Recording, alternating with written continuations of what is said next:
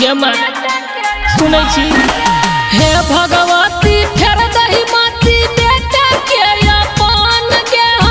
बेटा के अपन गे भक्ति हम करबौ तोरे पूजबौ सातो जन्म गे हे दुर्गा मैया लोरावा से धोबौ तोहर चरण गे हे दुर्गा मैया लोरावा से धोबौ तोहर चरण गे हे दुर्गा मैया लोरावा से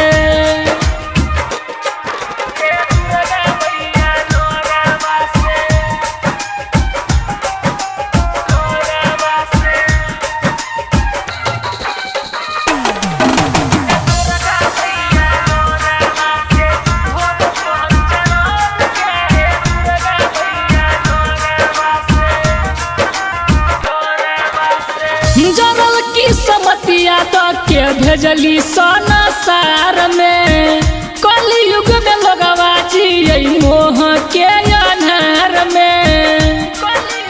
गे माँ सुनै छी हे गे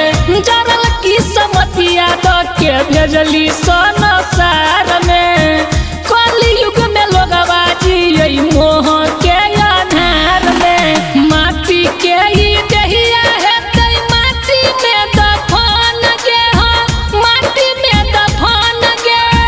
भक्ति हम करबौ तोरे पूजबौ सातो जन्म गे हे दुर्गा मैया लोरावा से धोबौ तोहर चरण गे हे दुर्गा मैया लोरावा से धोबौ तोहर चरण गे हे दुर्गा मैया लोरावा से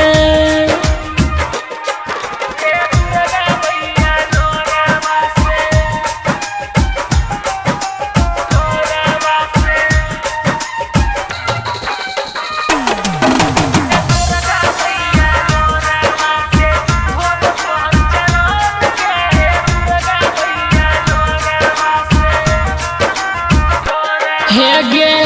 धोबौ मंदिरवा रहबौ 9 दिन भूखल गे सागर सुभाष के मैया दही तू अकल गे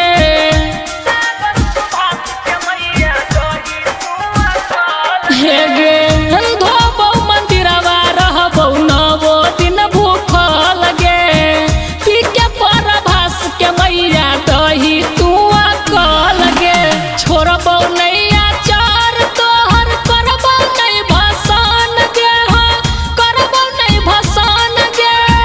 भक्ति हम करबौ तोरे पूजबौ सातो जन्म गे